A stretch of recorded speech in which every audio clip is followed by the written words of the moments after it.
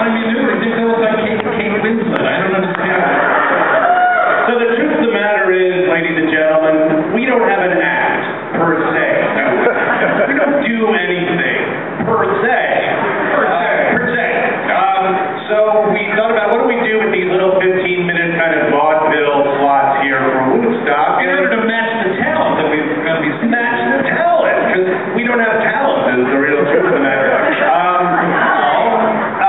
And what do we do? Kevin, you decided you might try tube and throat singing? I've been working on my tube and throat singing. Yeah, good.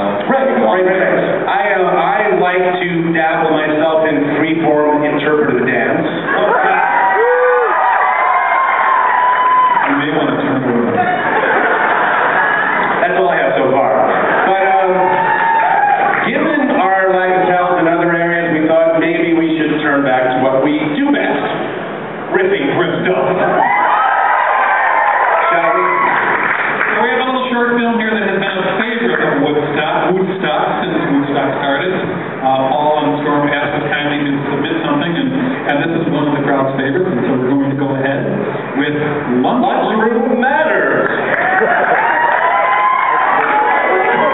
Coronet, not just for wiping your ass with anymore. With a generous grant from the Tater Tot Foundation. Educational collaborator Laura Ross,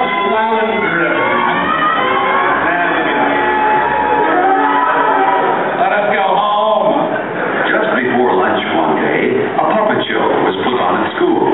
It was called Mr. Bungle Goes to Lunch. It was fun to watch. Then again, we eat paste.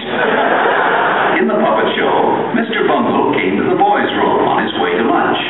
He looked at his hands. He wept. His hands were dirty. And his hair was messy. And his breath reeked of sturman. But Mr. Bungle didn't stop to wash his hands or comb his hair. He went right to lunch. Still, he was the cleanest person in the Taco Bell.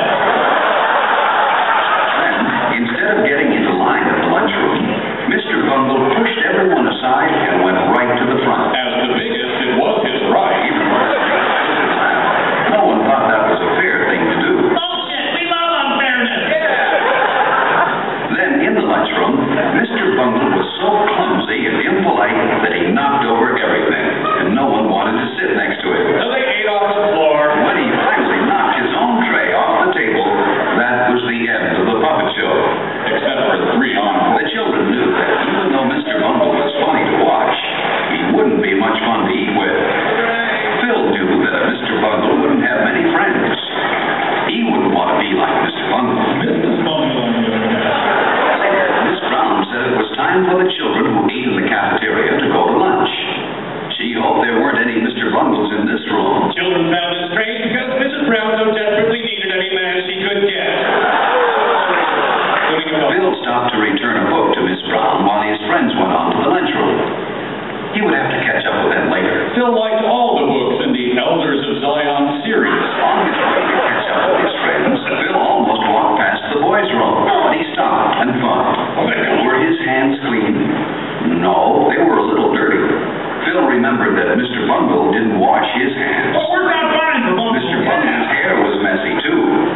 Phil didn't want to be like Mr. Bungle. He decided to shave off his hand and cut his hand off. Inside the boys' room, Phil was surprised to see